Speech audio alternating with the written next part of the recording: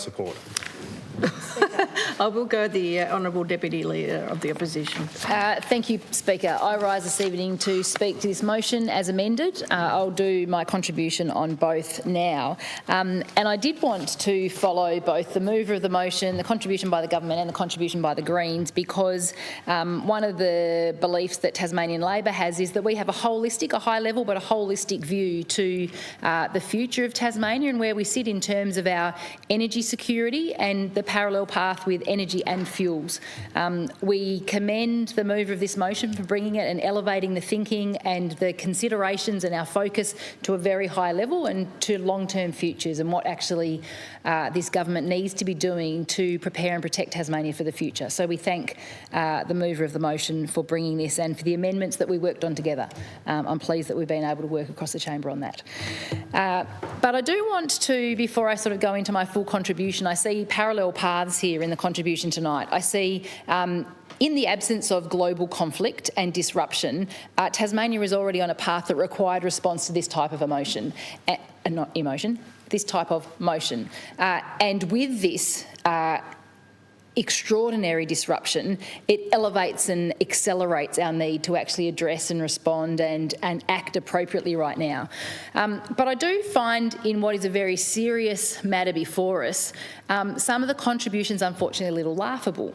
So bless the Deputy Premier when he gets to his feet, and he, as the former Energy Minister, is very passionate about the energy pathway that he set Tasmanians on, and I acknowledge that. Marinus was this idea born in the time of the Deputy Premier.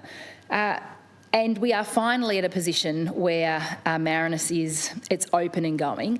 But the government have been so slow to progress the renewable realities for Tasmania. It's been so long since there's been a wind farm activated in Tasmania. It's been so long and so little progress made towards the TRET. And I commend the need for the reporting on that, because having big targets, and we've talked about this earlier with the climate change motion, having big targets, having reports, having conversation, having announcements doesn't create outcomes or activity. Tasmania could have and should have a very strong and proud renewable reputation for current projects underway that are delivering more for Tasmania.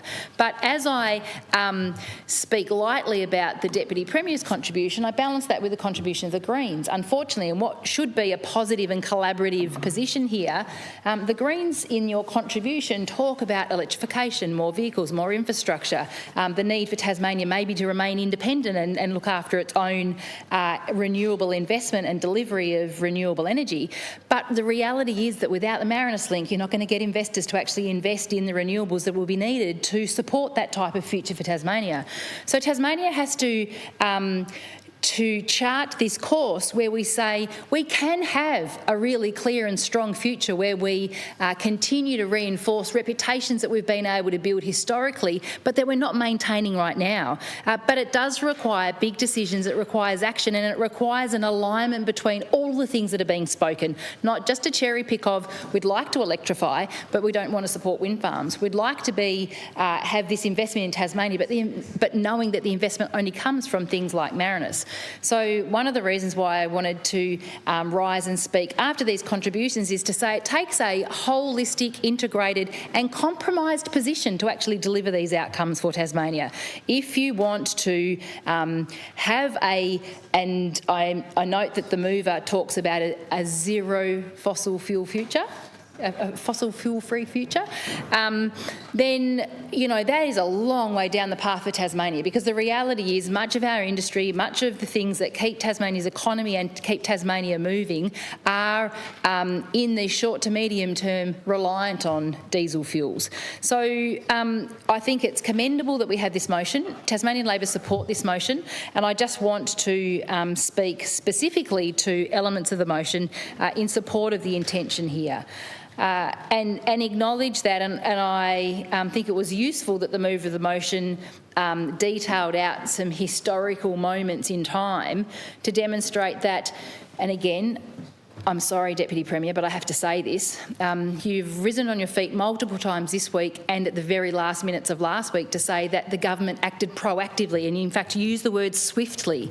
There was nothing swift about last week.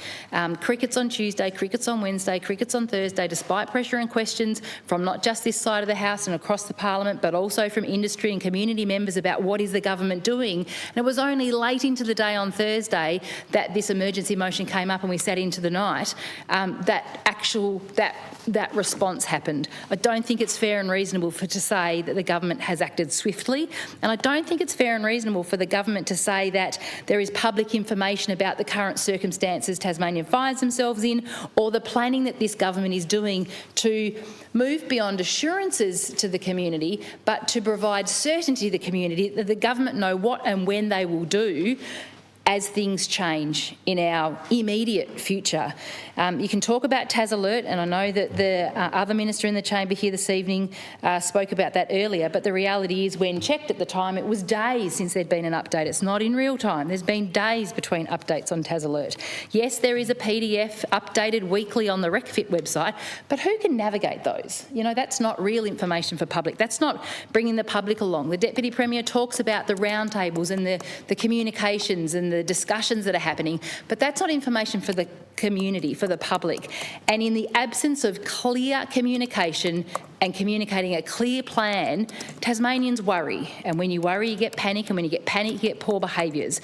In the environment where this government is leading and you are clear about the plan, and we've been asking this question repeatedly, and I know industry is asking this question repeatedly, beyond May, what is the plan for this government if future shiploads are delayed, reduced or missed altogether? And there hasn't been an answer to that, and there must be an answer to that. So as this motion and the move of this motion seeks to elevate the focus and make more distant the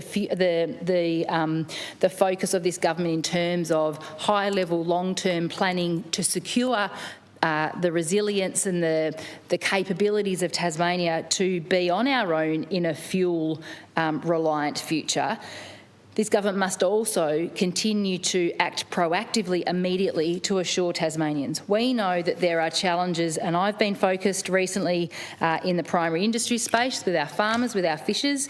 There are challenges around tourism, challenges around civil construction, around transport.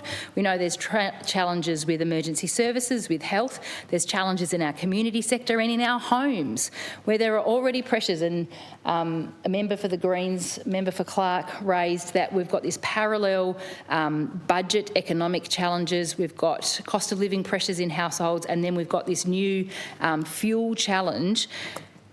All of these things are hurting Tasmanians in the homes, in businesses, on the land, in construction, in health, in emergency services. And that should be front of mind to the government, and that should be causing the government to ensure that they are clear and open. What this community asks for is for the community to be honest, transparent and timely in the way that they communicate the work that they hopefully have been doing.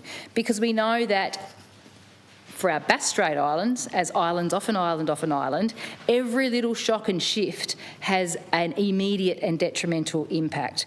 We know that in our community, despite wanting to have a long-term vision to create that independence that the mover of this motion talks about, there are currently many sectors in Tasmania, and the economy of Tasmania does currently still rely on diesel and other fuels. But Tasmanian Labor have been supportive of clean fuels, e-fuels, whether it be around the HIF project, whether it be around the ABLE project.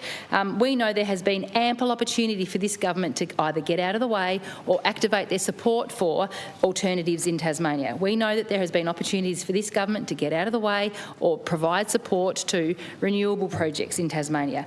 But for some reason, this government has been unable or is unable to, in a timely and meaningful and intentional way, bring on and support things that over the last 2 years, 5 years, 10 years, 12 years of this government, they could have taken actions that would have eased the concerns and eased the risks that Tasmania faces right now in these global circumstances. What Tasmanians need, what Tasmania needs, is a government that has a plan. We need a plan that can be communicated clearly, that can be understood, to give confidence and comfort to Tasmanian industry and to Tasmanian households that as and when there will be fuel shortages, as and when shipments will either be reduced, delayed or potentially missed, as this extends out over the months ahead, that we have a plan, that this government is preparing to look after Tasmanians to ensure that we are ready. I will give and the call to the Tasmania is Honourable protected. Professor Raza, because